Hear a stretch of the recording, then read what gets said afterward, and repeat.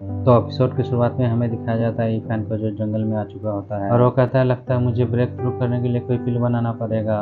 बस वो इतने बात भरवाते हुए वहाँ से जा रहा तभी उसे अचानक से नेचुरल हर्ब्स नजर आते हैं और वो बोलता है इस हर्ब्स की क्वालिटी कुछ ज़्यादा बेकार नहीं है, फिर भी पता नहीं लोग इसे क्यों नहीं यूज करते हैं। या तो आज के जनरेशन लोगों को इन हर्ब्स के बारे में कुछ पता ही नहीं है या तो उनको यूज करने का तरीका ही उनको मालूम नहीं है। उसके बाद ईफैन अपने पावर की मदद से वो सारे हर्ब को अपने तरफ खींच लेता है। उसके बाद उसे वहाँ पे एक पानी का तालाब नजर आता है तो वो कहता है ये तो बहुत अच्छी बात है, सामने एक तालाब नजर आ रहा है और उसके अंदर से उसे बहुत ज्यादा स्पिरिचुअल एनर्जी फील हो रहा होता है, जिस पर वो कपड़े उतार कर फौरन से उसके अंदर कूद जाता है। वो तालाब काफी गहरा होता है। इस पे ईफैन बोलता है अच्छा हुआ मैंने वाटर हीलिंग बिल पहले ही खा लिया था, उस बिल की मदद से मुझे पानी के अंदर सांस लेने में कोई दिक्कत नहीं होगा और मैं और भी ज्यादा अंदर तक जा सकता हूँ। और जैसे ही वो अंदर जाता है उसे चमकती कोई चीज नजर आता है जिस पे ईफैन बोलता है तो ये है वो स्पिरिचुअल एनर्जी। और जैसे ही ईफैन उसको पकड़ने की कोशिश करता है कि वो एनर्जी बॉल पीछे हट जाता है जिस पर ईफैन को बहुत ही हैरानी हो रहा होता है और ईफैन उसको पकड़ने की कोशिश कर रहा होता है मगर वो एनर्जी बॉल कंटिन्यू पीछे हट रहा होता है। उसके बाद ईफैन उसे एक मर्तबा पकड़ लेता है और जब वो सामने देखता है तो एक जायंट क्लैन होता है जो उसे खाने की कोशिश कर रहा होता है। ये देख के ईफैन तुरंत पीछे हट जाता है और ईफैन पीछे हटने के बाद कहता है कि अचानक से जायंट क्लैन यहाँ पे कहाँ से आ गया और वो एनर्जी पल असल में उस जायंट क्लैन के मुंह के अंदर ही होता है और वो शिकार करने के लिए उस पल का इस्तेमाल कर रहा होता है जिस पे ईफैन उससे पल लेने के लिए उस पर बहुत पावरफुल एनर्जी अटैक करता है मगर वो क्लैन ईफैन के अटैक से बच जाता है।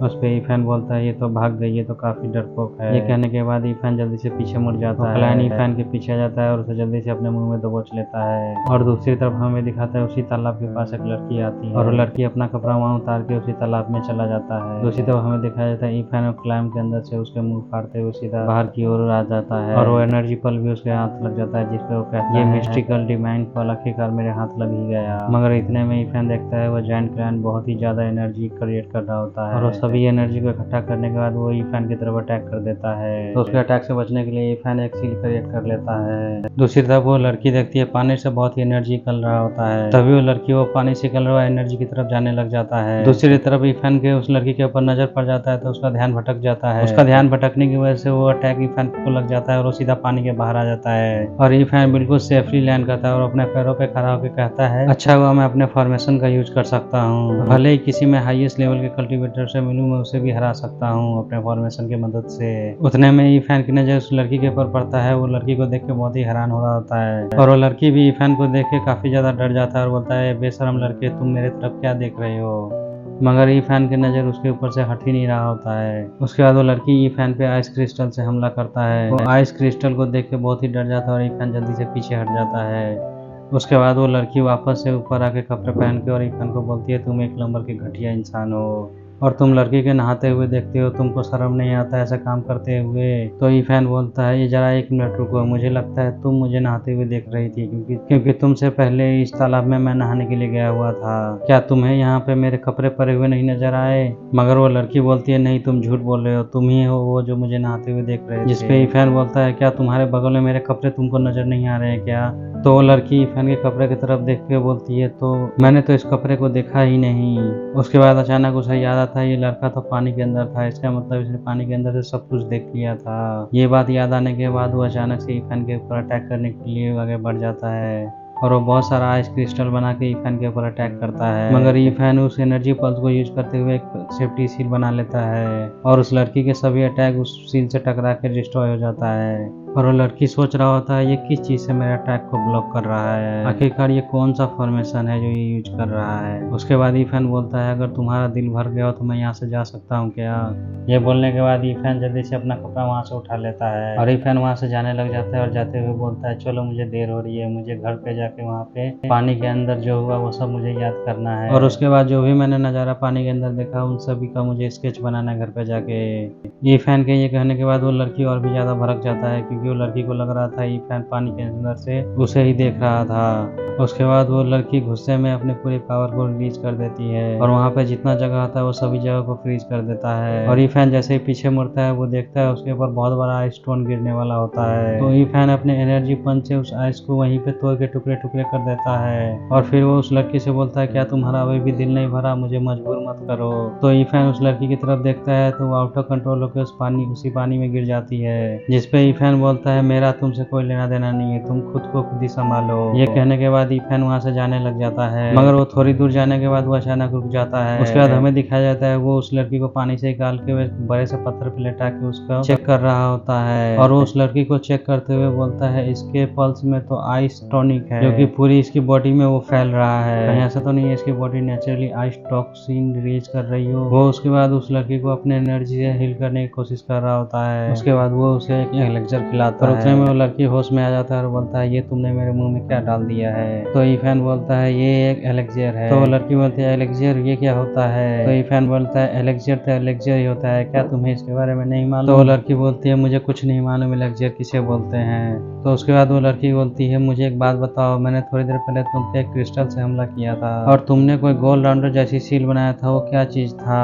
तो ईफैन बोलता है वो तो एक फॉर्मेशन था। तो ये सुन के वो लड़की बोलती है फॉर्मेशन वो क्या होता है। तो ईफैन वो लड़की की बात सुन के बहुत ही हैरान हो रहा होता है। उसके बाद ईफैन बोलता है उस लड़की से क्या तुम्हें एलेक्जर के बारे में नहीं मालूम। उस पर वो लड़की बोलती है नहीं मैं नहीं जानती। तो उसके बाद ईफैन बोलता है तुम फॉर्मेशन के बारे में भी नहीं जानती। तो लड़की बोलती है मुझे इसके बारे में भी नहीं मालूम। तो उस पर ईफैन सोच रहा होता है ये लड़की या तो ऐसे खानदान से होगा जो एलेक्जर और फॉर्मेशन के बारे में कुछ नहीं जानता होगा, या तो ऐसा भी हो सकता है कि आज की दुनिया में कोई फॉर्मेशन और एलेक्जर को यूज ही नहीं करता होगा, जिसका मतलब यह है इस दुनिया में अकेला ही मैं ऐसा अल्केमिस्ट हूँ जो एलेक्जर और फॉर्मेशन दोनों ही बना सकता है। इस तरह तो अकेला मैं इस दुनिया पे राज करूंगा। और वो सारी बातें सोच के मुस्कुरा रहा होता है और खुश हो रहा होता है बहुत ही। तभी उसकी खुशियों पे पानी फेरते हुए वो लड़की बोलती है सीनियर आप क्या सोच रहे हैं। तो ईफैन बोलता है नहीं कुछ नहीं, और वहाँ से जाने लग जाता है। जिसपे वो लड़की उसको जाते हुए देख के बोलती है तुम यहाँ से कहाँ जा रहे हो। जिसपे ईफैन बोलता है मैंने तुम्हें नहाते हुए बस थोड़ा सा ही देखा था, और जो मैंने एलेक्जर तुम्हें खिलाया है वो उसकी भरपाई था, तुम्हारा मेरा हिसाब क्लियर हो गया। मगर वो लड़की ईफैन के पीछे भागते हुए आता है और बोलते हैं सीनियर मुझे माफ कर दो, मैंने तुम पे हमला किया था, लगता है तुम्हारे चेहरे पे हल्की सी चोट लगी है। और वो ईफैन की तरफ हाथ बढ़ा के आगे देखती है, उतने में अचानक उसकी सहेली उसको आवाज लगाते हुए बोलती है प्रिंसेस अगर तुम नहा ली हो तो जल्दी से आ जाओ, हमें फौरन से वापस जाना है। जिसपे वो लड़की फौरन से ईफैन को पानी में धक्का दे देती है और अपने सहेल से बोलती है मैं नहा चुकी हूँ, मैं आ रही हूँ। ईफैन पानी में गिरने के बाद बोलता है आखिर इस लड़की की प्रॉब्लम क्या है, इसने मुझे बिना वजह ही पानी में धक्का दे दिया है। और वो वहाँ से जाने लग जाती है और जाते हुए ईफैन को थैंक यू बोल जाती है। जिसके बाद हमें अगले सीन में ईफैन को दिखाया जाता है जो अपने घर में वापस आ चुका होता है, और वो कहता है जैसे ही मैंने वो सीक्रेट वाइन को पिया है मेरे सारे जख्म जल्दी से हील हो गए हैं, और मुझे लगता है इस सीक्रेट वाइन को पीने की वजह से पुराने जख्म भी जल्दी से हील हो जाएंगे, और मुझे इस वाइन को और भी बेहतर बनाने के लिए मुझे कुछ और भी एलेक्जर की जरूरत पड़ेगा। और फिर उसके बाद उसे टेबल पे एक लेटर पड़ा हुआ नजर आता है जो कि उसके लिए एक ऑक्शन हाउस की तरफ से उसे भेजा गया था। ईफैन उस कार्ड को देख के बोल रहा होता है ये क्या चीज है। फिर उसे गौर से देखने के बाद उसे पता चलता है ये तो हर्ब्स है,